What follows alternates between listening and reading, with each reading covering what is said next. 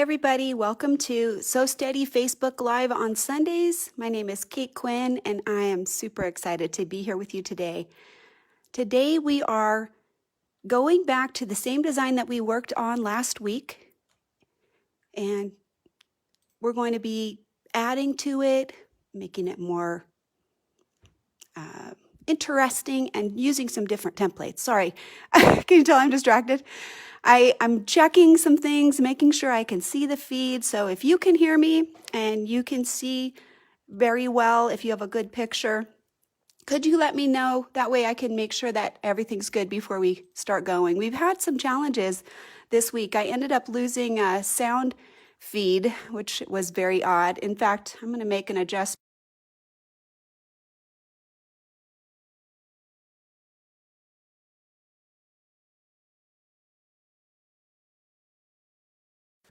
All right, Joyce, hi. I want to retreat with you. I want to go and just sew until I can't sew anymore. Sounds like it'll be fun. Okay, so let's refresh really quick what we did last week. We'll just take about 2 minutes, and if you want to see all of that, you can go back to the previous video. It is still posted. But what we started with were these pretty arcs. And if you have the Circles on Quilts sets that look like this, they either come in a 2-piece set or a 4-piece set. And I have all 4 of them. And the numbers are odds and evens, and then odds by half and evens by half. And this had a straight line coming down from the center, just like a plus, all the way to these corners. And if I put this on, I can determine what channel that I want. And I wanted to clarify one thing. I wasn't sure if people understood. If this pinhole is on this center line, then I'm going to get a certain amount of arc that can fit from there to there. And I can change it. I don't have to just pick one and then that's it. If I put this outermost arc and I line it up so that the foot would be right there, I can adjust down at the bottom the angle so that my pinhole will be on the straight line. Let's go up a little bit, right? If I want to put it on this line, I can move this up a certain amount. And again, I guess that's too short. Can't do something too tiny, right? It can't only be that tiny no matter what. That's the shortest distance, right? So we've got to extend it a little bit.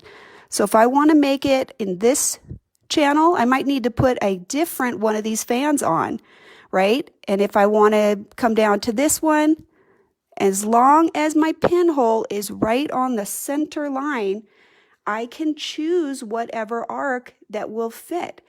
The difference between this one and this one is going to be how deep it is or how shallow it is. So let's come down here. If we put this one on here, okay, and I put it right in the center, I'm just going to kind of follow it over to the center. So that one would be this deep, right? And then in this next channel, if I go down to this channel and I move this up and I put that there, okay, and I follow this out, so I'll just arrange it real quick.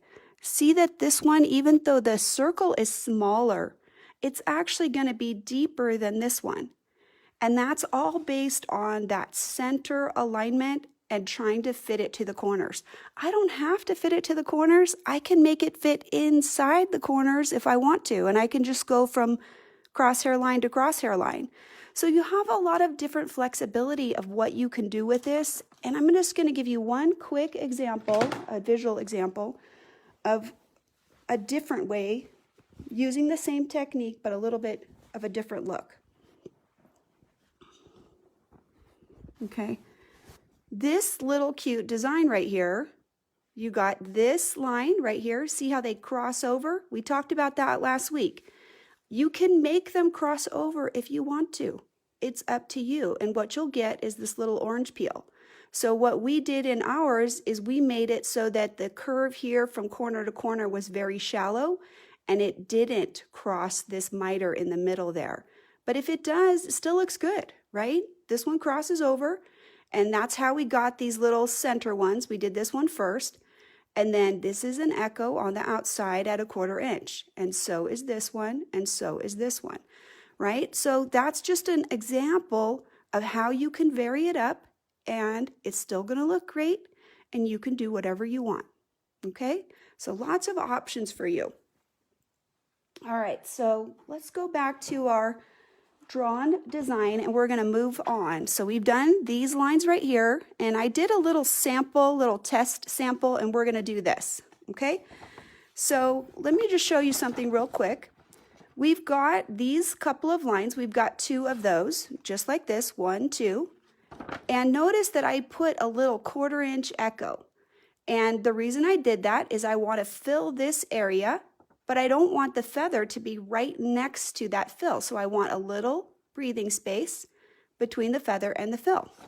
So that's what I did on this side. I'll show it to you and then we'll do it. Okay? So we put the little fill in, and now we have a little space right in between. This space is 1/4 inch. This line right here is the 9-inch circle. Remember, we did 10 at the center, so 9, 10, 11. So if I want 1/4 inch away from my 9-inch circle, what do you think that I have to use with my circles on quilts? It's a quiz. It's from last week. So I'm going to grab it because I already know what number I need. Let's make sure I can find it. But if you know, put it in there. Put it in there. In fact, you know what? I will send out a prize. How about, let's see, since we're talking about doing artistic designing, I'm going to pick a winner from today's Facebook Live. If you respond in the comments, I don't care if you're right or you're wrong, but if you do respond, then I'll put all those names in and I'll draw out of the hat. That way everybody gets a chance to participate. So, you can just go ahead and comment. Okay, so whoever put this 8.5, it's correct, right? The difference between 8.5 and 9 is 1/2 inch. And remember, we're having half the distance on each side. So on one side of the circle, we'll see 1/4 inch, and on the other side, we'll see 1/4 inch. So let me show you something really cool that we can do with this without any pin, right? If this is 9, I can just lay the template edge right along this 9-inch circle perfectly. Can you guys see that okay? Let's see if we can get down just a little bit better angle so you can see. Okay, I want you to be able to look right down into the template and see the alignment. So I can put my 8.5 on. I'm laying it right against the existing stitch line right there, and then my foot is going to go right in there in the seam. So right away, that's telling me exactly where I need to position. So that's very convenient and easy.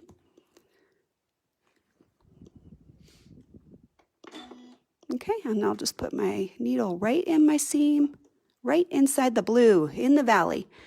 And I'm going to take just a couple of stitches forwards and backwards just to tack that.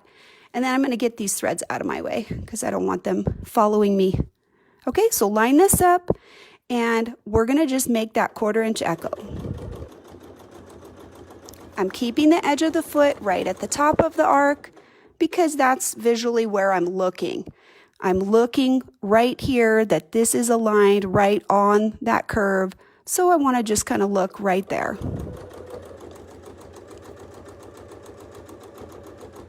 Okay, and this is what we talked about, where if you have an existing circle, these can be really useful for helping to get that aligned right there. So I'm right at the beginning of my arc. I'm going to turn it real quick and show it to you. So now I've got a little bit more channels to play with. So we're going to put the feather right in here right now. All right. Now, I'm only picking 2 out of my 4-piece feather. I'm going to be using the 2-inch and the 3-inch. And the reason why is that this is a very small space. I don't need a big feather to fit in there because it won't fit. All right. Now, I want to show you what I did. And there's some ideas that you may want to play with right here. What I did is I aligned the feather there just to get this top part. It's kind of lanky right there. You can tell that's like a little teardrop. It's pretty long. If you don't like that, that's okay. You don't have to do it that way. You can actually just come in here and just put some like little feathering right there to fill that in. So there's lots of different ways that you can change that, but I am going to try to approximate this same shape. Okay? The 2-inch feather. And notice when I started, I had to creep up a little bit. I can't just start from right there. What I want is I want a long, nice curvature, and I need this part. Let me show you with my spacing gauge. On this outer edge right here, I want to get as much of this curve as I can in there. I absolutely want to be able to curve, so I need a really precise measure right there at the widest part to not go into the curvy crosshatch areas. So I'm just going to put a little dot to about where I think my 1/4 inch mark would be, about right there. Why do I want to do that? I want to stop there. This is testing my visual spacing, making sure that this is where I can put it. But I want the foot to go there, and right here I can't control it with the ruler. So rather than try to guess or, maybe not be where I want to be, I'm going to estimate it with the position of the template, and then I can make it right upside the channel with my nice straight edge, and now I can put this on. So again, I want to check that beautiful 1/4 inch right there. I need a pretty precise touch. I don't want to go over the line, but I also don't want to come back down to the bottom either. So what you want is to be able to get that curl in there and then come back. Okay? So what happens is if I can't get around the curl a little bit, you're not going to get that nice roundness. You'll get sort of like this flat if you stop up here. You got to kind of get right to there. So when you position it, make sure you can come around this part a little bit to get that nice curvy nature in there. Okay, so I came back a little bit, and now we can start putting the next one in. And again, we want to make sure that we do not go into that other spot. So I'm going to make sure that he does not go in there. I want to make sure that that 1/4 inch is pretty tightly measured so that he's not going to sew outside the line. Okay, then I'm just going to come back up to the top and just slide that up. And then same thing, each time checking for that nice, precise 1/4 inch at the widest part. I literally just pulled this forward, and what I'm looking for over here, on this black area, I have to be able to come in somewhere right here. I need a 1/4 inch on the black. Let's see if we can adjust the camera just a little bit, give you a better view. Give you a little bit more of what we're seeing. Okay, there we go. Okay, so back here on the black, I have to be able to come in. So for example, if this is like this, notice that I'm going to end on the blue because the foot can't even cross over the line. We're going to have to open that up and make sure that we have the 1/4 inch somewhere right there. Okay, so we'll check both of these areas. So about right there and about right there. Okay, so let's put this one in, follow it around. It's a pretty nice fit right there. Touch your spine and back up to the top. Okay, the top is essentially right at this center point right here on the line. I'll pull this off and I'll show you what I mean. Right at this point is the top of the feather, and this is the largest distance that we can pull forward. So that's what I tend to use so I can have a nice large feather. So I think I can probably put about one more of these in at this size. And if you change sizes and you want your feather to be really symmetrical, you may want to count how many that you're putting in of each size. I don't care if they're even or not, it's all going to look fine. But if that's important to you. So when I line this one up, what I want you to see is look how much of the feather is being cut off. It's outside of the stitch field right here. So I know that this is losing a lot of this shape because it's too big. And this is how I can tell. When I see all of that, that's not even in that sewing area. So I'm going to take it off, put the smaller one on. All right, let's see, make sure I'm going the right way. Here we go. Okay, so again, same thing. I want to check, make sure I have that 1/4 inch right there so that I can get around that and put a nice, pretty shape in there. So touch and back up. And I'm going to come a little short now because it's curving. So I'm going to have to respond to that. You can see here, there's still quite a bit now being cut off, but not as much as there would be if we had that larger one. And this is the last one. So we're just going to go with it because we don't really have a smaller shape. So right there. Now, let me show you something. I think I did it on the other side. I'm going to turn this really quick. I want to show you something before we do the last one. You can stop right there. Like if there's a little piece right there and you don't want to, or you can stop up there and just arc over into the curve. Whatever you want. There's not that much room here, but it's a pretty good size to be able to possibly put another little baby one in there. So that's going to just depend on you. What do you want to do? I'm going to put another one in because I feel like I have enough room that I can do that. So here, when I line it up, I'm just going to try to stretch it as far as I can. Let's see. Let's play with it a little bit. And it's just going to get me over a little bit further. So I think I'll take one more stitch and then we'll just arc over. Okay. So at that point, my little feather right there is finished. Okay. Now I would tack it right here. Because we've already sewn in the ditch around this square and we've sewn many times, I don't want to put like 3, 4, 5 lines of travel around these corners every time because it starts looking really messy on the back and I don't like that. I want it to be clean. So what I would do here is micro tack it and then literally just pick this up. We'll just come over here. And we want to be a 1/4 inch, we said, right? That's our space. So if our foot is touching, we can actually get our needle right into position right there. About right there. And I do have a little thread right there. That's okay. But again, when we put that circle on, let's get it back out, the 8.5. Now we can go ahead and we can sew that arc. So we can get a little bit further. Let me show you. We'll get it all lined up. Now, I'll be at the wrong side to start my feather. So it's possible you might just want to go ahead and put the different arcs in there. I think I'm in the wrong spot. I'm not lined up nicely how I'd like to be. This is the arc right here that we are trying to touch, this one. So the foot has to touch the arc right there, the one that we are trying to echo. Okay, 8.5 right there. Okay, so I'll get it lined up and we'll put that arc in. And I want to do a little bit of that tacking right at the beginning.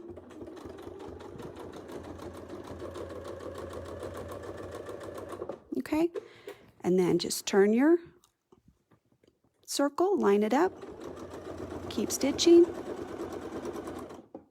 Okay, and we'll just do the last one right there, right down to the bottom.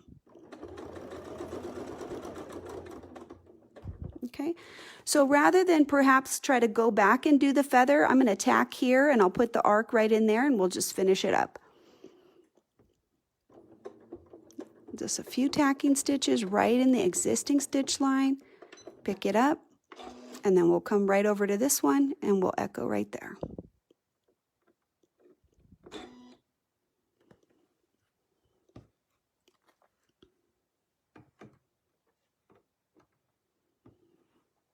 So I can see it right there and right here. That lets me put my foot right in the ditch and get my needle positioned perfectly right there. Again, a few stitches out, real small, couple of them back just to secure it, and then I'll follow. Don't sew outside your channel, okay? That's always really important. Don't, just kind of be on your own mind. Make sure you're paying attention so that you can have a nice, smooth arc. Okay, done. Adjust, and then all the way down to the bottom. Okay.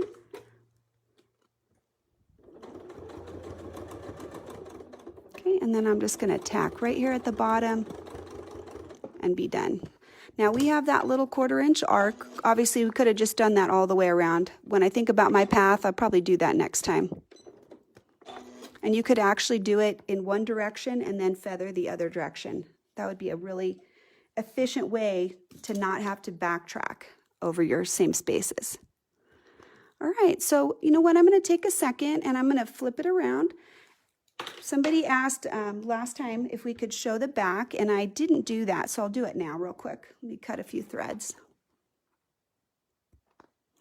I'll cut this one too because we're going to have him out of our way now. All right, so we'll have that one jump thread on the back. So this is what we have so far, and we've got our 2 little jump stitches right there. So those are all tacked in, as we said, so we can just cut these threads, get them out of our way. They're already secure because we stitched over them a good bit. Okay, and this thread is the variegated thread. I thought that it would be nice on the black. It makes the black on the back sort of its own little design aesthetic. Okay, so let's see, can you see it? So we actually have a lot of crossover now. We're getting a lot of this little cross hatching in here and the feathers fitting in there really nicely. All right, so let's see what we're doing here. So should we do one more feather just for, we don't have to do all of them, or we can, but I'll go ahead and just talk through it one more time. What do you think? You guys want to give some responses, and then Honey will let me know. I think it's important to do what you guys feel like you need. So I'll go ahead and follow your lead. So we would start right here, feather, and then jump over and feather again on that side. I know black is so cool whenever you use variegated. I love it. I think it just has a really fun life of its own. Oh, darn it. I dropped my scissors. Hang on just a second. Yes votes, 1 more is good. 1 more is good. Okay. All right. The feathers. So we want to start right here. So we'll go ahead and set it up. Again, I'll put that smaller feather on. That's the one that we're looking for. We're using this as the spine right here, and we're feathering into the curve right there. Okay. So when we put that on, at this angle, let's see if we can change it just for a second. I really want you to be able to look right down on it so you could see it. This way we'll do a little better templating visually. Okay. When I set it on there, what am I looking for? Okay. I'm looking for the 1/4 inch right on this side and a 1/4 inch right on that side. I'm going to be putting the spacing gauge on here right now. This is where the foot would start approximately. And if I twisted this a little bit like that, notice how I could move the feather up a little bit more, right? If I just open it like that, I could make it change the angle a little bit, but I could still make it fit. Okay? So there's many, many ways that you can do this. People right now, when I teach this feather, they say, oh, well, what about the lines? Yes, I can use the lines, but those are mostly only useful when you're doing straight feathers. If you understand the 2 measurement relationship with your feathers, then you're golden. You have to be able to touch the spine. This 1/4 inch is showing where your foot can be. I'll just pull my foot out so I can show you what I mean. The foot is going to take up some amount of space, and the needle is in the center of that. So on this side of the spine, which is the seam, I have to have a 1/4 inch for the foot relationship, for the needle to be in that seam, right? And then as we sew around, I need, if this is my boundary, I need a 1/4 inch on that side so that the foot can go over the boundary and the needle will end on the boundary. Okay, so it's always about the relationship with that foot and the needle. That's what's important. All right, so if you know those two things about feathers, you can feather virtually anything. Okay, so let's go ahead, let's readjust our camera. We need to kind of put it down a little bit so you can see. Okay, anyway, sorry, a lot of talking, but I think that's really important to understand what are we looking for? What are we trying to even get? So I think about right, I'm going to just open it a little bit. I think right there is good. So we'll get our needle right in there. Pull up our bobbin thread, always, always. And I want to tack it right in that existing stitch line so that I don't have a lot of extra stitching on the back. I'm just going to take a few stitches right here. Try to put them right in the existing stitch line. Now, we said we have to check that 1/4 inch pretty tightly on this particular design because I don't want my feather to cut into that arc right there, but I need a little bit of that curve, right? See right there? Now, I'm going to come back, as I said, to this center part. This is where the feather is tallest right here. So when I'm in this position right here, if that's where I stop and I push up, that position right there is the widest space that I can move up. And that's what I want. I want the largest feather that I can have. Let's turn it a little bit so you can see a better angle too. At this point, it's starting to widen out. Okay, so now I want to put that bigger feather on there so that I can stretch a little bit further.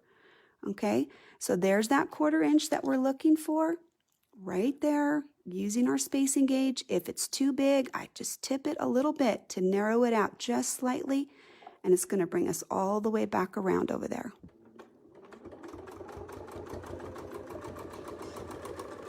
So touch the spine and back to the top. Here's the push up. Push it up and then check your 2 positions. First at the top, making sure that you've got that 1/4 inch to touch it. And then if it's too narrow there, I'm just going to pivot slightly to open that up so that I can get back to that bottom part. So touch the spine and back to the top.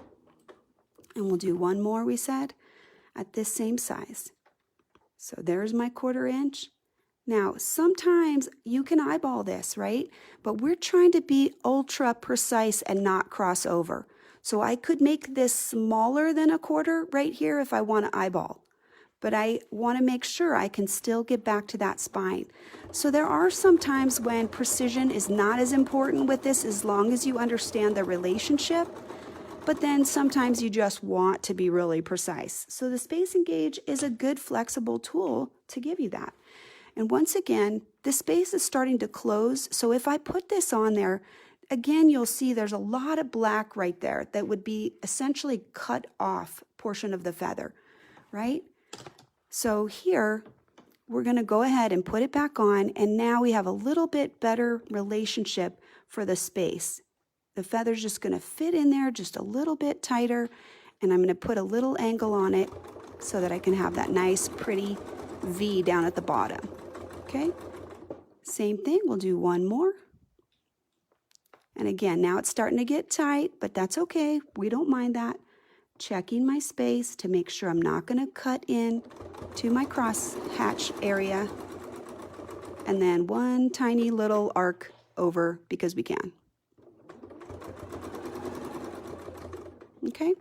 So at this point, you can just tack it right in your existing feather. You could even just leave the ruler on there to tack it. And then you can just jump right over to this space and finish the next one. And you'd be able to go all the way around and complete all of the feathers like that. All right, so I haven't really entertained any questions at this moment. So I'm going to check in with Honey and see if we have any. And I'll trim these threads while we do. I did see lots of people got that 8.5 right. I was pretty excited about that. So Mary asks, well, it just flipped. Could you stitch the inner hook of the left side of the small feather so it would look more paisley shaped? Not with this feather. Now I know they can hear me. Mary, I'm going to repeat it. So Mary was saying, if I put this on, like right here, we'll put this on, can I stitch this and come around and make like a paisley? Not easily, because right there is the end. You'd be sort of like going around, and then it would come back out here, and then it would look weird. If you wanted to do that, you have to put this end over here, and you get less of this curve right here. You'd have to have it so that you could curve around and come back so the foot ends here. And that would make this look very rectangular. In fact, I can show you exactly what that would look like, because look what we have. We have tools for that. That is a really good question, and I suggest you try it. You know, if you think that that would look good and you think you can do it, or maybe it would work well. So there's what you get, right? This is what you're going to get, a little bit more of a squared off edge, but maybe you don't care. Maybe that looks fine to you. When I make my feather, I'm angling the base so that the base will create a V. I want it to narrow out right here. I don't want it to come like that. I don't want a big openness right there, because I don't like this. But you can have it, and then you can just make the other ones angle in. So totally up to you. Definitely a design choice. So get your stitching line discs out and play with those and see what you prefer. Okay? All right, I'm going to cut a few threads, and we're going to move on to some of the next areas that we want to put some designs in. Okay, let's see. I think we got everything. We'll do that last one off camera, right? Because we want to move on. Anything else, Henny? Any other questions? Okay. All right, so we have now this channel right here, and we have this really cute space in the center. So what I want to do is I'm going to mark my center again. I can kind of see my little mark in there, and we're going to put something cute right in the middle there. Could I leave it open? Yeah, I can. Could I put another little arc in there? Sure. If this is 11, then what is the 1/4 inch echo on the inside right there? What do you think? All right, let's put our design in, and then we'll see if we have room for another. One of my favorite Spin E Fex is the Spin E Fex number 11. I adore it. Absolutely think it is awesome. And so I have this number 4 collection of the Mini Spin E Fex. I'll just show you real quick. This one. And the Spin E Fex 11 Mini is in there. Look how adorable it is. Super cute. Oh, I don't know. That's not the Mini. That's the 3.5. Oh, well, I don't know. Let's see. Can we make that fit? I don't know if we can or not. Ooh, we might just be able to make that fit. In fact, I think we'll do it probably that way. Okay, so it's not the Mini. I lied. It's from my Spin E Fex set. I reached in there and thought that I had the Mini, but the Mini is also in this set. So if you wanted a little smaller one, Spin E Fex 11 is in this collection number 4. Okay, yes, 11 1/4. I saw Gail. I saw several people wrote that, but I'm not sure if we'll have enough room. So we're going to do this first. I thought this was smaller, but it's bigger than I expected. Okay, sorry. You know how it is. It's one of those days. Let's make some markings real quick. Now, if I put this right through the center, it might not be perfectly centered on the design that I already have in here, right? So I'm not just going to put anything anywhere. I'm going to respond to my existing design. So when I measure this, I'm going to mark my cross off of my existing design so that my thing will be centered perfectly right there. Okay. All right. I'm going to comment on something I just saw somebody mention. They're worried that this video will disappear. What happens on Facebook is not that the video disappears. It's that additional comments make this video get pushed down so far in the feed that it might be difficult to find. It's not that it is gone, it's just hard to find. So one of the ways you can find it is if you go to the Sew Steady page and you click on videos, You can search by my name, for example, or maybe by Circles on Quilts, or the name of this is called Feathered Crosshatch, and I'm titling the video so you can search for it. So that would be a way that you could find it in the Sew Steady feed. I do take all of my videos afterwards and I actually put them on playlists in my YouTube page because then they're targeted by what the content is. So this will be under General Sew Steady videos, and that will be showing up sometime soon in the YouTube channel for Fabricated Quilts. So there's lots of different ways to find it. Typically our Facebook Lives don't go away. It's rare. I only have 2 that have been taken off. So we have the cross here based on our actual design, and I'm going to put my needle right in the center. Okay. And let's put our template on. And because this kind of narrows out, we have a choice. We can put this one way or the other. And what I think I'll do is I'll put it with the narrower end going out towards the outer edge.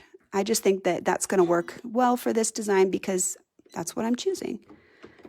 So let's get these threads out of here. This is a small Spin E Fex, but not a mini, right? This is the 3-inch one, 3.5 inches, and it'll actually fit, I think, very well. You'll see that there's a 1/4 inch right there, and of course it's going to actually sew further in than that, right? Because inside of this is going to take up that 1/4 inch.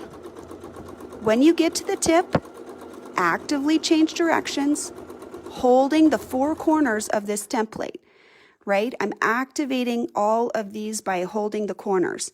This is allowing me to move the pressure points every minute. When you sew a design like this, let's talk through it for just a second. I'm going to line it up right there on that intersection right there. As I'm moving, right now, I'm going to have to be pushing the ruler back towards the foot pretty quickly, right?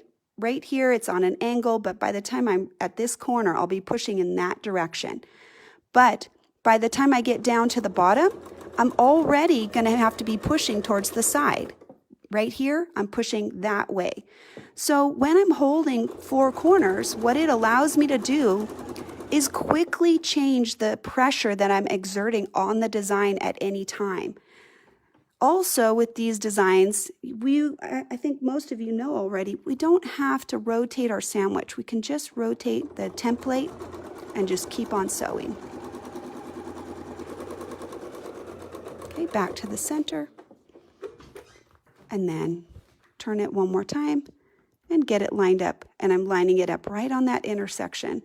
So I might have a little different overlaps, it looks like, in the center. But that's okay, I don't care, it's all gonna work out. I'd rather they sort of look like they fit into the existing arcs. And let's just put a little tacking stitches right there, right on the ruler. And that'll let me bypass the center instead of putting those extra stitches right at the center. Okay, all right. Ooh, I love it, it's looking awesome. All right, so let's cut this. We got our bobbin thread up and, oh, maybe we didn't. We got our center thread, but not our bobbin thread. So I'm just gonna make sure I got it up real quick because I think I didn't. I think I missed it. Oh, I did cut it. We're good to go. I don't know, I think I just miscut that one. All right. So what do you think so far? Now, I can put another little arc in there if I wanted to. I have to say that that would look a little busy, so probably not going to put any more in there. If I did, I might do it as a fill so that this area would be compressed. But right now we've just got that little fill in there. So this would be open and then we could put a little fill in there. I don't know, I'll have to figure it out later. I'm not gonna take the time to do that right now because we really are playing with our rulers today. So this is a nice centerpiece. I think it kind of makes everything go together. And now we have this sash right here. I don't know exactly if these are the perfect size. You know, if I sew it, it could be a little erratic. This could be a little longer than this side. I'm not sure. So rather than try to be on this end and sew that way, I'm going to start right in the middle. Somebody last week was talking about using the between the lines and putting some circles in here. I think she actually meant to put them in here, but this is only a 1/2 inch, and I don't want to put 1/4 inch circles anywhere. They're too tiny and I don't want to do it. So this is a bigger circle. We can play with this one. I'm going to line it right up on the marks that I already have, and I want to show you how easy it is to use this tool. I have the center line right there, and as you look at it, I've got lines right here, and I can literally look right there and see that this space and this space are the same. This is not a precise measure like 1 inch or 1 1/4 or something like that where these lines would match up perfectly. Sometimes they will. Let's see. Like right there. See how they match up pretty nicely right there, and they could fit right in there? But this one is a little bit bigger, so I'm going to have to estimate in order to get it to fit perfectly. But as long as I can see right there and I keep those lines the same distance from the edge on the front and the back, then I should be able to be right in the middle. Okay, and we're going to actually center the very first circle right on the center position. And that way it's very easy for us to remember what we're going to do on the next ones, because we're just going to do the same thing. Okay, I'm going to tighten up those threads and put my needle in. I'm kind of starting on that side because that's where I'm going to end to do the next one, right? So let's cross over a little bit and get right back to the center position. Now, see this little circle right here? When I push this up, notice that I can line that little circle up right on the previous circle. So that is an additional reference line that you can use to get everything lined up. Could I make a center line on here? Yes, of course I could. I could make a center line and I could line the circle right up on the center. Why would I choose not to do that? What if my border is 60 inches long and I don't want to mark every side of my quilt that way? This tool is designed so you don't have to mark. That's its primary value. It can be used for all kinds of circles, but its best value is not having to make any markings, right? And being able to work in a channel. So there's the next one. And then we'll just come around to the center, and we're going to stop right in line with the marking and do the next one. And I'm going to try to keep my little circle lined up and my lines lined up. I'm checking right here and right there. And let's get these threads out of there. And let's put the next one in.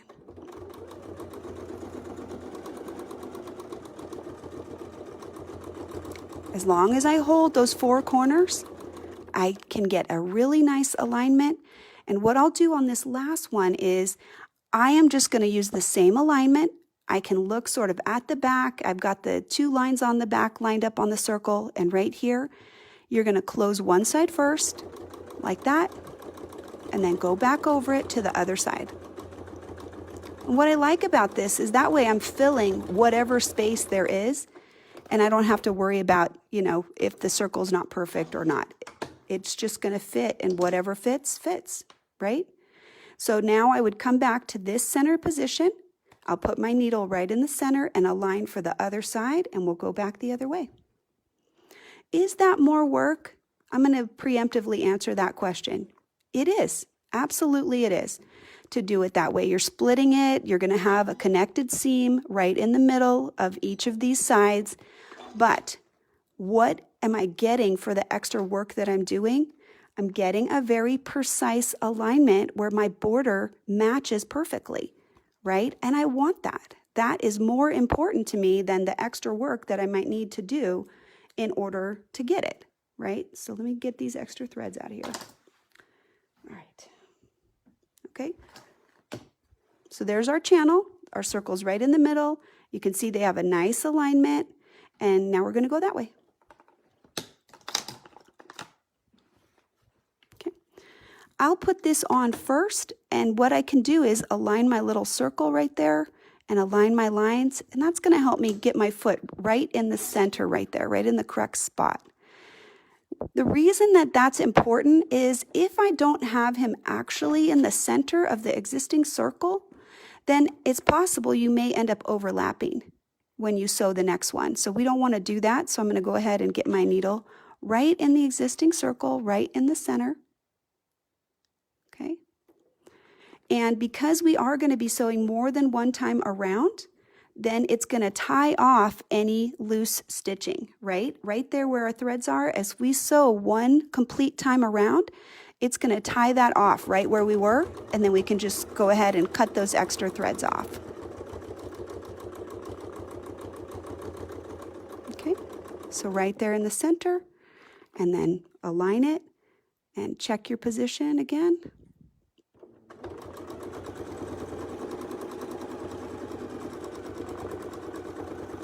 Right in the center, and here we'll line it up one last time, checking the lines right there on the back. I can't use these, but I can look back there, so I'll do the short tail right there, and then we'll do the long tail.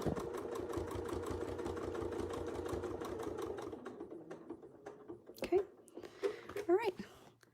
I'll go ahead and just tack this off right here in the ditch. We haven't ditched this outer part right here, so we could actually travel on the ditch, but what I think I want to do is just put all the circles in, and then I'll ditch all the edges at the end, just one time. I think that'll make for a cleaner result where our square is connected in just one place, and we have a nice, pretty, straight edge all the way around. Okay, what I mean right here, this is the black. So we'll be going like this, and we'll go all the way around, but only one time. Okay, now I'm going to just show you one fun little thing that we can do. If you want to put some decorations in your little circles, I always think that's a good idea. They offer a lot of really great shape, but they're also really fun to play with. So you can fill these, and if you wanted to, you can actually put your circle on while you do it to keep you sort of a round look to it, and that will give you a little bit more design. Or you can even just put wavy lines in here, and you can use these intersections to travel right through the next one. So let me see. Why do you ditch after inner works rather than stabilize the area first? This quilt is already stabilized actually, but I didn't ditch all the way out because we ended up stitching this. Remember that in the first session, we actually did some piecing with our ruler. So this quilt's not going anywhere. So at this point, I'm just going wherever I want. I do understand your question. Many times if the quilt is larger, I would do that. I would do some ditching lines in order to stabilize, but the reason I often don't do that is many times I'm traveling as I'm ruler working. So for example, when we did this one, we used that outer edge to travel, but then we had to sew again several times to travel with each of these different arcs. Well, that meant that we had 3, 4, 5 lines of stitching at 40 weight thread. And so unless I know that I'm not going to cross over, I don't necessarily want to just randomly ditch without intention because I may need that for traveling as I'm going. So right now, as I'm working my way out, you know, when we are on this side right here, I'm going to be putting some lines in here. So I want to wait and see what this design requires before I do that. Let's see. That's Mary, that was a good question. Yeah, Deanna, I'm going to answer your question. When you're doing circles, about how many stitches per inch are you doing? I know it's free motion, and how fast you move. So whenever somebody asks me how many stitches per inch, if I'm not on my regulated long arm, I have no idea, and I don't care. I'm not trying to guess or make that anything to work towards. All I want is I want it to look pretty, okay? I want it to look reasonable, not too big, not too small. I will comment though, when I'm sewing circles, I do tend to go a little bit faster. Think about a circle like when you were a kid, if you were doing dot to dots, right? If the dot to dot design had dots that were farther apart, then it's a very choppy or angular connection. When you would have a little circle on your dot to dot, they would put your dots a little closer together. It's the same thing with ruler work or free motion curves. So if I had to guess, I don't know, they're probably about 1.8. Okay, if you're looking for a number, they're about 1.8. So that's probably what I would piece at, but I'm not controlling that by a number. I cannot set the machine to be at 1.8. This is me moving in a comfortable speed and letting the machine have a nice rhythmic sound. So that's how I determine what the stitches look like. I want the machine to sound good and I want to not be anxious. Okay? All right, so we've done this one side, and again, I would do each of the other sides, and these are definitely tied off on each end, and this is ended right here in this junction right there. So I would go to the center, work out, and then go back and work to the other side. So yes, I would have several tie-offs on here for each one of these. So 1, 2, 3, 3 on each one. Is that too many? That's up to you. If you wanted to do it a different way, you could mark the center and you could chalk how many out to the side, and then you could align it. But what I have experienced, I have done that, is fabric has a mind of its own. Better to stabilize in the center and work out than to work from one side and go across and pray and hope it gets you there on the end, because a lot of times it doesn't. So okay, so let's go ahead and move on to some other ideas. So looking at this part right here, this inner area is already ditched, and I can try to ditch this space right here and fill this in at the same time. When I look at these lines, they're irregular, and if I was going to try to do a fill this way, I would not want to follow the lines, because they're not straight, they're a little bit wonky, and they're uneven, and I think that would really look odd on the back. So I'm going to impose order on it with my straight edge. Okay, so the first thing that we can do is the ditch is on this side, on the colored side, not on the black. So we can literally start working there, and I'm going to put just lines like this. And let's measure it real quick. How many lines could we get out of there?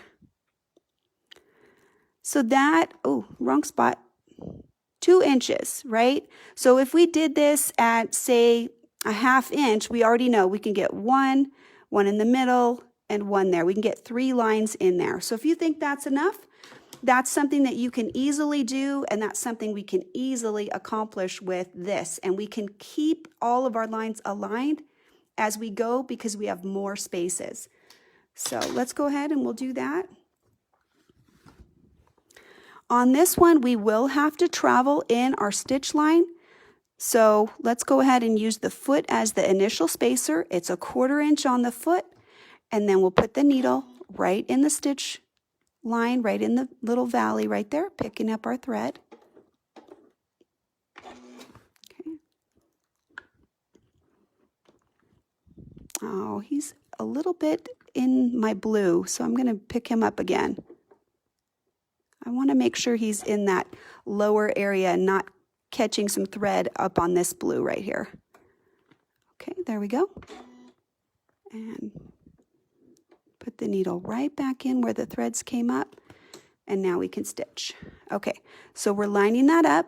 It looks like I need maybe 1 more stitch up because I can't line up the ruler there at the back, so we'll go ahead and do that. Now, why am I not tacking off? I think the chances are pretty good I'm going to be able to come back around and stitch all of this down. So I'll do it later, and if it doesn't work out, I have long tails so I can tie them off if I need to.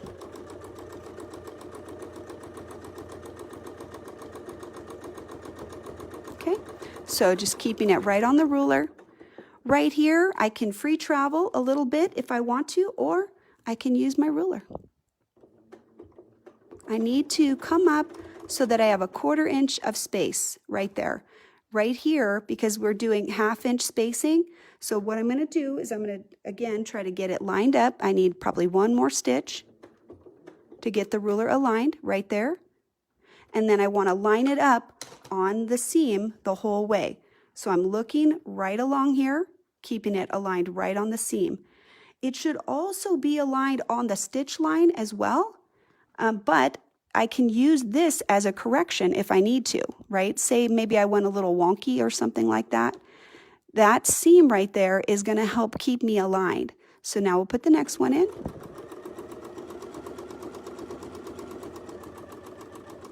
Getting right into our valley right there. And then again, traveling right up the seam right there and putting the next one in. So right there is my 1/4 inch. Let's just mention really quickly that the valley is on the inside right there. So when I put my spacing gauge on there, I want to go just over the edge of the fold because I want the needle on the inside, right? So if I have it too tight on the spacing gauge, I might go outside of my ditch and I don't want to. Okay. So then again, lining it up on those lines, I can use all of the lines on this to really get a nice alignment. And right here, I can see that I'm not quite far enough, maybe too far, right there. That's what we need. There we go. Okay, so maybe my ruler was 1 stitch a little too far. So I'm gonna go ahead and come back and get that last one in. And then we'll travel up and we'll ditch it at the top. Okay. There's not anything I can try to put in these little black triangles. They're pretty small, so I'm not really worried about it. And look at what those purple lines are going to kind of give us. We're going to get like little boxes now. Since we went this way, it kind of makes this into a little grid right there. So we'll ditch right there and we'll come right down this edge and we'll clean up all of those stitches and we'll be able to tie this off.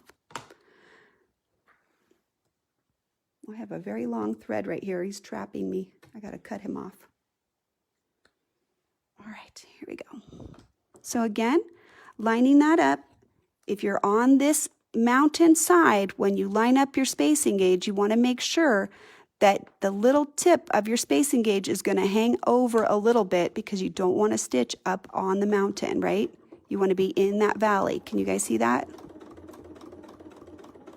So right there, it's a little bulky. I could feel that I had to pull a little bit harder because there's more seam intersections right there. Okay, and we'll do the same thing. We'll line it up on the right side, and I'll show you a little more closely how right there, if I lined it up just like that, I would be sewing on this blue right here. So what I need to do is make sure that this is hanging right off the mountain a little bit. So maybe my corner is a little wonky right there because it's not straight. Okay, and then I can check that space again as I move down. I usually do check it again if I see that this is narrower down here than a 1/4 inch. That's usually what causes me to check it because I can see how far in that is right there, so I can make an adjustment right there. Okay, so right there, we're going to just tack over those threads a little, and we'll just keep going down and ditching that whole space right there. And that'll bring us right down to the next space so we can start our design. So right there, kind of bulky. Can you guys feel that? It sounds a little different too. That's because there's quite a bit of extra stitching right there.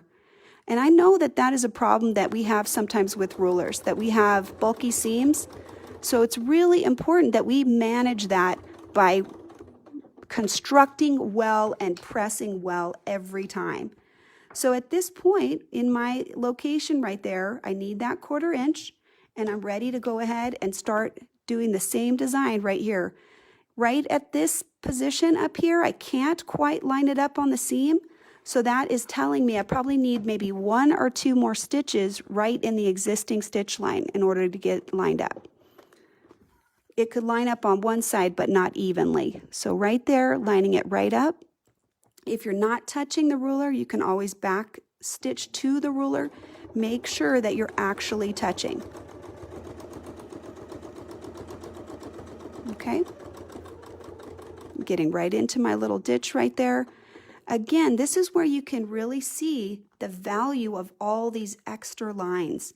So I do use my 12-inch arc a lot, but if I want to do a lot of parallel lines over a larger space, I really like that I can do that with a template like this where I've got a lot of extra lines.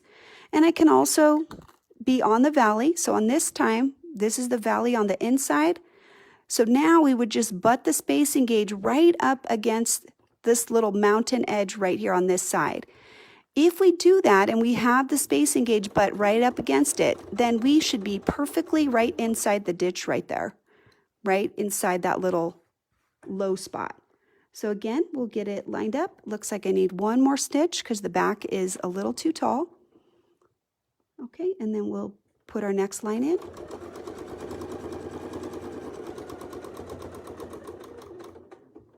Okay, right to the valley. And then again, this one's on the inside, right? So we're lining it up right against the valley. So there's two ways that you can do it, and a lot of it really just depends on which hand that you're working on, which side. So I'm going to line it up right on the stitch line. I can line it up pretty nicely.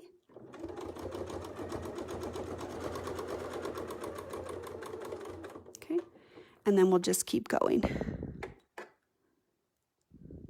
So let's see, did we do our little... We just went around the corner, so we'll go same thing. We'll do all the way around the corner here, just like we did on the other one. The needle's right in that junction, and we're just going to go back this way, and we'll go around. So when we did this, we do have a couple of travel lines in some places. So as we go along the travel line, we want to try to get that stitching right on top of the existing travel line. So that'll be something that you can just aim for. You know, it may be a little hard at first, but you'll get better at it as you go. I can also right here use my finger. If I see like the seam needs to be opened up a little bit, I can use my finger and I can just work that seam as I'm going. That way both of my hands are working the fabric too, because they're both pushing together. So we'll just check this little section right there, make sure we can get right down to the bottom. And I'm right in the black, and then I'll go right across this line, and that's going to bring me right over to my next one. So now this is ditched right here. We'll sew this line, and again, we can be on the inside or the outside. The other side we used the mountain to sew, but now we'll sew on the valley side. So this is not my dominant hand. This is my, usually what I control the design with, but I usually hold the ruler on this side. If I'm going to hold it on this side, then I need a little bit extra hand holding, a little bit more management because I'm less practiced on one side than the other. So I'm going to just take a stitch or two and get right into the seam line right there, very carefully because he was a little far out. And there's my 1/4 inch right there, lined right up against this seam that is folded over. And that means that I should have the needle coming in right next to it. Okay, as I'm sewing, I've got pressure in front of the ruler and in the back. Once I get basically to my thumb, if I get a little too far out in front of myself, that's when I want you to stop. Or if you're within your 2-finger edge of your ruler, and you're going to move your ruler down and readjust your position. Okay, we don't want to be not supporting the ruler out in front so that you're going to get a little twist, a little tilt in there if you do that. So if I'm holding the ruler and I'm like right at the very edge, you could just sew right off of it. And if I'm holding unsupported on 2 sides like this and I push, that's when you just get some pivoting on the ruler. So always make sure that you have pressure on the front and the back of your foot or on 2 sides if you're going in this direction. Hold it with 2 hands. Okay? All right, let's see. So I'm going to check in with Honey. We've done some ditching. I won't do any more. I think you guys got the idea. Very important skill, and you're not going to get good at it unless you practice it. And many people were like, oh, why don't you just ditch it? That's just so easy. I'm like, what? No, I don't think so. I think ditching is much harder than some other elements. If you can have designs that cross over all of your stitch lines, that's definitely easier. But sometimes we just want that ditching because that really emphasizes a certain area. And I think that that's a powerful tool, and we shouldn't, throw it out with the bathwater, so to speak. Okay, so let's see. I guess we should turn it over, right? And then I'll check with Honey. Wait, I better check it and see. Will I let you see it? Yes, I will. It looks fine. I'm just like you. When I turn it over, I'm praying that it looks good, right? We all do that. This side looks a little better. You can see we got a little bit more of the ditch, and it's pretty clean right there where we went over it. But you definitely will see that there's some areas where you have double stitching. And that's definitely going to show when you have variegated thread, right? So it's okay. You just accept it. That's just how it is. Okay? So what are the handles called again?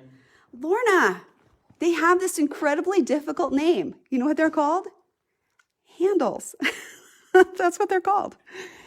I'm not making fun of you. It's just a simple name. If you're looking them up online, I guess they're called add a handle. I guess that's not so simple. You're going to look for this on the website, add a handle. And they have different sizes. You're going to get 2 big ones, 2 mediums, and 2 small ones in each package. And the small ones, I like to put the 2 small ones on some of my bigger circle, like a 2-inch circle. They would go like on diagonal corners. But these ones, when you put the long ones on, I had one ruler, I was just putting it on, and I actually put it on this direction. And when I was putting it right under the foot, it was going that way, and it was hitting the screw bar. So put them this way if you can. That will give you a little bit more clearance right here so that your screw bar, if you're using it on this side, is not going to hit anything. So that's, I think, important. And can you show your spacing gauge? Yes. Spacing Spacing gauge. Okay, so spacing gauge, 1/8. I have recently used that in a video. It's not that common, but if you just wanted to have a really tight alignment, let me see if I can do it. All right. Here, we'll do it this way. We'll just do it with this tool right here. I'm just going to mark it with chalk, okay? That'll be our best way to show it.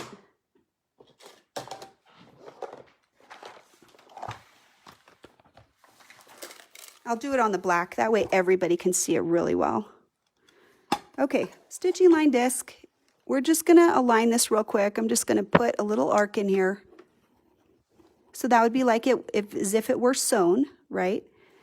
And if I want to put it a different spacing, right? Not a 1/4 inch, but 1/8. I can align the ruler at 1/8 like that. And then I can come down to this side and align at 1/8. Okay. And what that'll do is now I'm going to get another line very close to that. So if you wanted to have tight fills, you're going to get a very tight look to it. I guess that doesn't look as clean, but there's your 1/8. It's a very narrow spacing that you're going to get with that. And usually you would have to position the ruler on both sides instead of just using the lines on the ruler. I mean, you can always estimate half of this distance if you wanted to, but I do think that this can be really fun when you're doing really small fills. The ring on it, somebody just asked about the ring. Can you go grab some of those, babe? Thanks. My honey's gonna go grab some more of these. This is the Notions necklace right here. And I like it. It comes off very easily. And I actually have this wrapped around the leg of my Sew Steady table like that, right? So that it stays in place just like that. And that way, when I'm using it, which I often forget to, clip it back or I set it somewhere. Well, now I've trained myself that I just clip it back on and then it stays right where I put it so that I don't have to worry about where it is. I can always find it. So we have those in lots of different colors. Here's just a couple of them, right? They're really inexpensive. I've also put some little scissors on it, and USB can also fit on it and things like that. So Missy, you're asking about the little circle discs, right? Not the little ring on my spacing gauge, but this. Okay, so let me grab those real quick too. Those are also up there, babe. There's a package of them though up there. They're inside a bag because they don't have a little hole in them.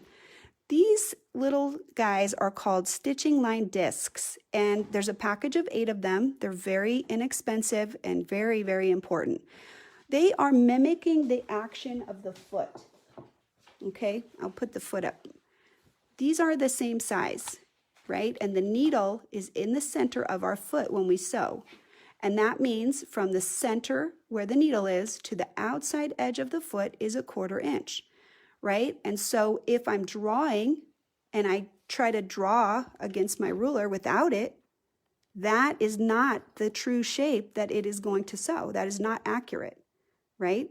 This is what would make it accurate, okay? So anytime that I am drawing and designing, like that picture that we showed you earlier, this whole thing was done with my stitching line discs when I'm drawing them out, right? Not this freehand stuff, but the arcs and everything else is all done with my stitching line discs because I want them to accurately represent the shape that I'm going to sew. So you'll see I have a lot of them because I use basically like 2 sizes. So now I have just a big collection of them. Alrighty. So let's see where we are. We're kind of getting close to the end. I wanted to add one more thing. I think we can possibly put one more element in. Okay, let's clean up and see if I can find it. So right in this space right here, I think I'm just going to echo with a straight line. Because this pattern is printed, if I put a lot of complicated design in here, like we did in the center, I don't feel like it shows as well. So I decided, I wish that this was like a little plainer fabric, but this is a very small space. So I just can put a 1/4 inch echo on each side, and that's going to be enough quilting for that area. So I'm not going to do anything complicated there. And I would go ahead and do the complete row and the other complete row and then ditch these, you know, as needed to travel around. I'll have to look at it and figure out what the best path is. But I want to talk about these purple areas real quick. This thread, number 1, is not going to show. Okay, so if I'm going to do anything, I'm going to change my thread color, right? I want it to show. I think a blue would show pretty awesome right here. Something like that, right? If I'm going to make something pretty, I want it to be worth the time. I want it to show and be gorgeous. So I'm not going to use this purple thread. I'm going to change my thread color to something more vibrant like this one. And because the 2 sides of this design are not the same size, this is about 15.5 along this side. You'll see that it's bigger than this one. And then see how this is shorter right here? This one's about 11 inches. So because they aren't the same size, there is no way I'm going to start at the end and go to the other side. Not a chance. I'm going to mark the center just like we did with the black one. I'll mark the center of this space. And I'm going to start and I'm going to work out and I'm going to use my arc, something like this. Okay, this is pretty narrow. This is 1.5, and that means that it would basically fill this space right there, right? So this is a 4 inch. I might even see if I can find something a little shallower, but I could align it and I could sew out and I'll just stop and flip it over and sew the other way. This will never touch the edges. It'll be basically floating right inside there, right? And I think that would be a fun way to do it. So let's go ahead and see what we can do. I think we'll use a different one because it's too long. That one is going to be 12 inches if we do it, or 8. This one will give us a little bit more. This is the 3-2 back to back. So let's go ahead and mark it and we'll just do one side. So this is where you want to make sure that you have good marking for your center. So let's measure. This is Donnell's 0 center ruler. So it's bigger than this space. And if I line it up, I'm looking to have this number and this number on the end be the same. So that's 5 and almost a half. And 5.5, so we need to go that way. So it's just at 11. And what that does is this is the same distance, right? This is 12.5, so it goes out a little further. Remember, we're using this 0 center line. So there's 5, and there's a half, and it's just inside. And then on this other side, 0 to 5.5, and just inside the line. So we'll line it up, and then we're going to mark where the 0 is. Okay, right there. So that gives us a really, really easy way to mark the center of this space. Although I think this purple one's not going to do it for us, right? We need white. Yeah, we need to be able to see that. So that's something that you can do pretty easily with Donnell's ruler. But just remember that it is a little bigger on one side because it goes to 12.5, not 6 and 6. It's a little wider on the one side. So just keep that in your mind when you're working, okay? All right. So how fast do you think I can change my thread? Pretty fast? I think I can do it pretty fast. Do you mind waiting? Right? Because we want it to look pretty. All right. Here we go. So I'm going to just cut this top thread real quick and get that out of there so he'll be out of our way. And we'll get this threaded really fast.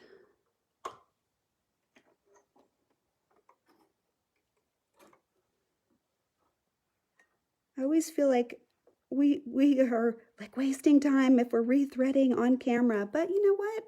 That's the real deal. That's what we really would have to do if we were really going to do that. Let's see. He kind of slipped right back there. So let's go ahead and get threaded up and we'll be ready to go. All right, that was pretty fast. You got to admit, right? I love this. It's so easy to do. Okay, so let's line this up. And I think we said 1.5, right? So let's see if we can get it lined right up. Right there. So right there, we have, I think, perfectly the perfect amount of space right there.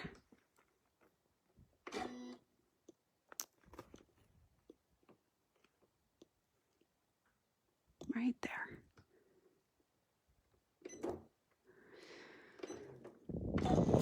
All right, and we'll have to fudge it a little bit because it's just a little bit tight. It should be 1.5, but it's being ornery, so we'll just adjust, right? That's what we'll do. I'm going to make sure that my needle's right at the tip because this is real life. This is what happens to all of our quilts. So I'm going to put my needle right there, and when I line this up, even though this is not aligned on the line, I'm going to make this other side align on the line.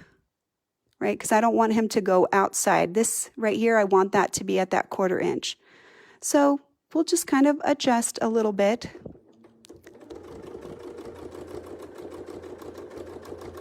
So I'm just being careful because I don't want to go down below the line. So I'm just going to just adjust right there. Okay. And then when I flip it over, I can put the other side on. Let's see, which way did we go? We used the 1.5, right? So we got to use the same side. I'm sorry, I'm moving it all around. I'm a little discombobulated. With the back-to-back, you have 2 different sizes on each. This one is deeper, so that is going to be too deep for this little narrow space that we have, right? So what we can do is we can sort of just sew out a little bit.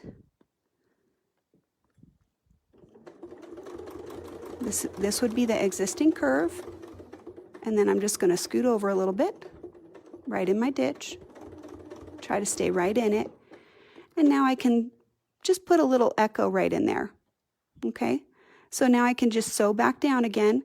I'm trying to align this curve just vaguely right where it is, and if I want to check on the bottom and make sure that I'm doing it all the way along, I can sort of align it this way like that. That's going to let me put a little echo in there.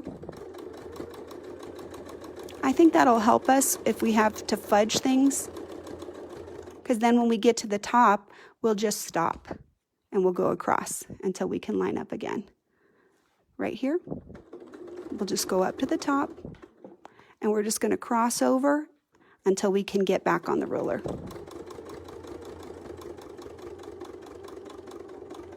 So the ruler is aligned right like that. I'm using this part right here because the foot would be right there, and get it straight on the bottom as well. And now we can put this other side in.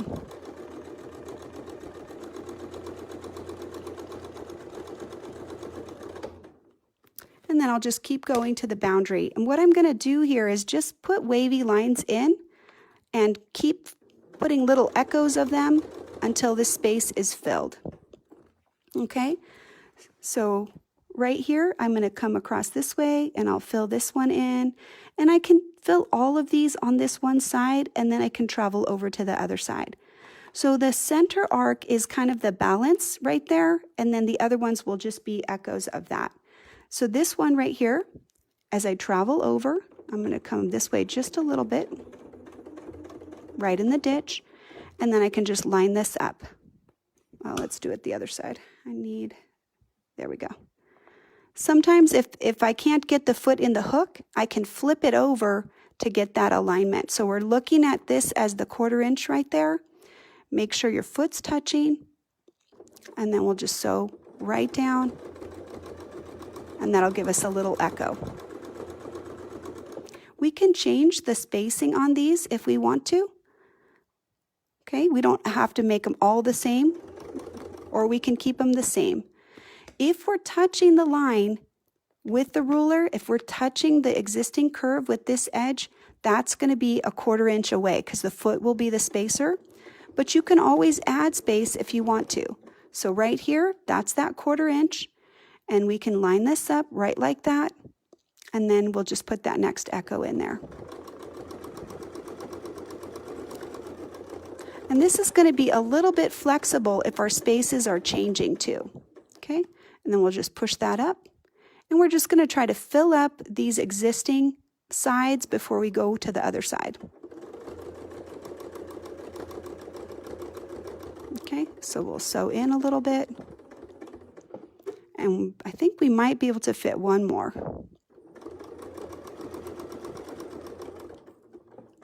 Okay, so now we just have some fun wavy lines. They're about a 1/4 inch apart. I can come on this side and fill these in first, and then I can do the center, and I can travel around until I get all of them filled up. So that's something that you can really do with these back-to-backs, is just easy, fun lines. Right here, this is a 1/2 inch, so if we use this reference line, this very first one, that is 3/4 inches, right? If you're lining it up from there to this one. But you can also just estimate in the middle, and you can also use these 1/4 inch lines out here on the side if you want to. Usually I do that if I have a center line that I'm lining it up on, but if I'm actually just using the edge right here, that is the 1/4 inch, and you can just estimate a little bit bigger if you just want a little bit bigger of an arc right there. All right.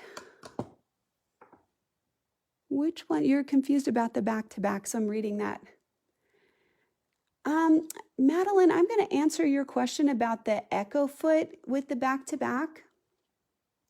If I put the echo foot on the back-to-back, I can use it a little bit, but the center alignment of the foot is the foot fitting right into this spot.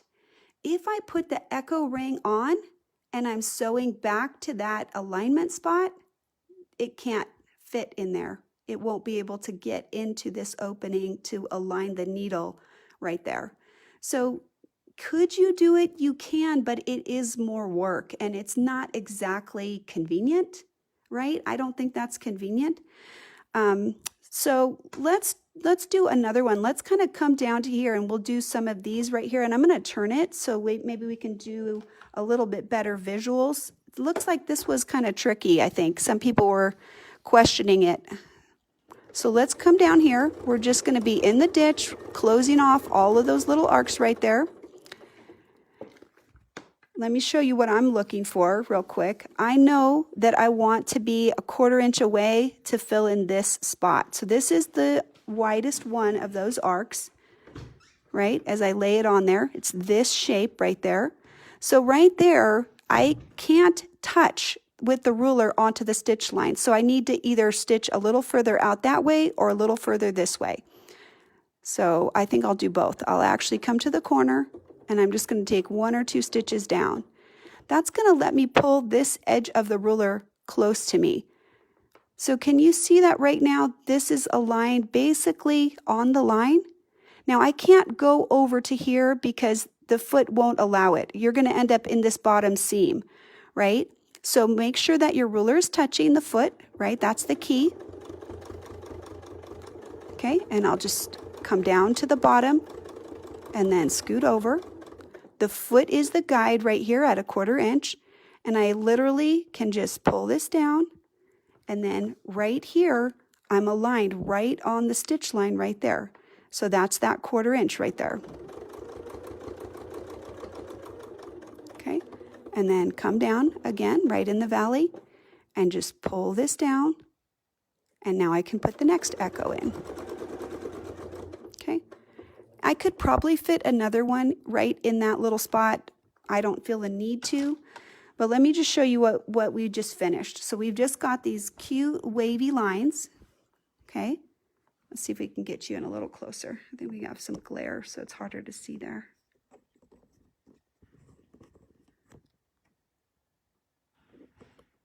Can you guys see it? There's a little bit of shadow on there, I guess. Let's see if we can put some light back there. Oh, I just don't feel like it shows up as well as I want to, right? That's what we're getting. We're getting these little lines right here, and they're about 1/4 inch. And you can see there's a little spot right there that's a little opening. Now, I could put another one in there or not. I'm going to end up ditching right there. So, you know, do I need to go back? That's going to bring me over to this side, and I really want to go this way. So right now, I would go ahead and move right down the ditch until my foot is touching right at this position. Sue, I have used the back-to-back to do egg and dart, but you can only basically do one, like it's from here to there.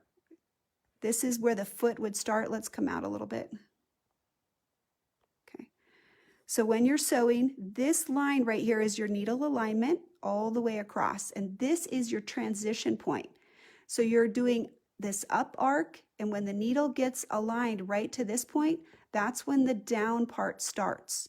And what's interesting is this is on the outside of the curve, and this side is on the inside of the curve. So they're actually different. This one is actually bigger, right? Because you're on the inside, it has to be wider.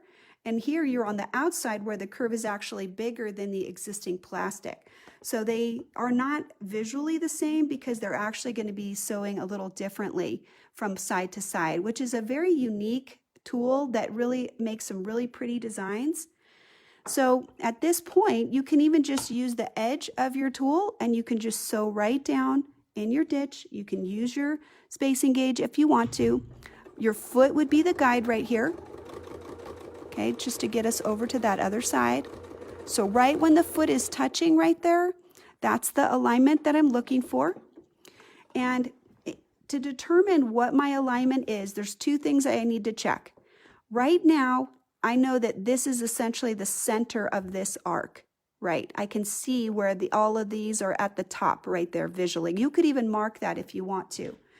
But we want to use the shallower side, and this is the big one, so I'm going to get the same one I was using.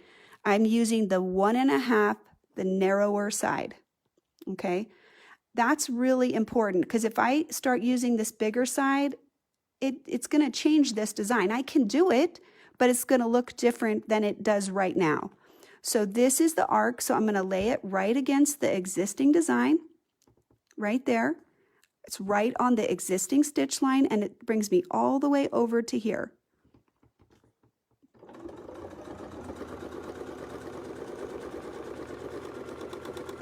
Okay, and because these arcs come in and out a little bit, you'll see that sometimes they look like they're going to touch and sometimes they don't. And that's just because of the way that they move. If you're doing one on top of the other, they don't necessarily always give you perfect alignment. Okay, So here, if I want to go backwards, I can flip this over. It's the same 1.5 inch side, and I'm still lining it up right on the existing stitch line, just like we did before. And then I want my ruler to touch. So I guess I sewed a little bit far, but make sure your ruler's touching before you start sewing, okay?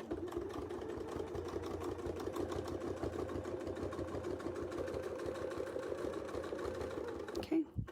And I can't quite get to the top, so just move it over so you can get all the way to the top. And then I'm just going to scoot over and I'll keep filling those in. And I think it does look pretty cute, right? Should we just fill up a little bit more? We'll try to fill this center and then we'll just turn it over so you can see. So right here, I'm getting closer and closer, so it's going to be a little bit easier to align at this point. The foot is the guide right there.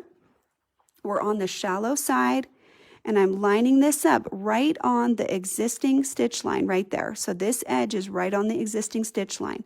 Make sure your foot is touching before you sew.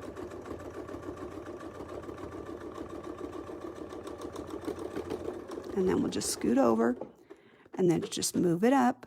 Just like we said, make sure both sides are touching, and then check your foot position. Make sure you're touching the ruler. And we'll go forward just a little bit and then just move up. And this will be our last one for this one. Okay, so I would just keep going along here, finish out this side and come around, and then I'll do the inside. But I'll go ahead and I'll tack it off now. We're basically done for today. I think these are pretty much the designs we wanted to share. I haven't figured out what I'm going to do in that outer border. So if I do, I'll bring that back on camera or just put it up at a later time. But I haven't really decided. So I'll just save it. I'll save it for a rainy day. All right, let's get all these extra threads off of here. And I'll show you something that I would consider a bonbon and that I would want to fix too. So right here, when we were doing this bottom arc right there, I did go a little bit outside right there, and it is blue. If this was a busy back, I would just take a Sharpie and I would color that in, and you would never see it.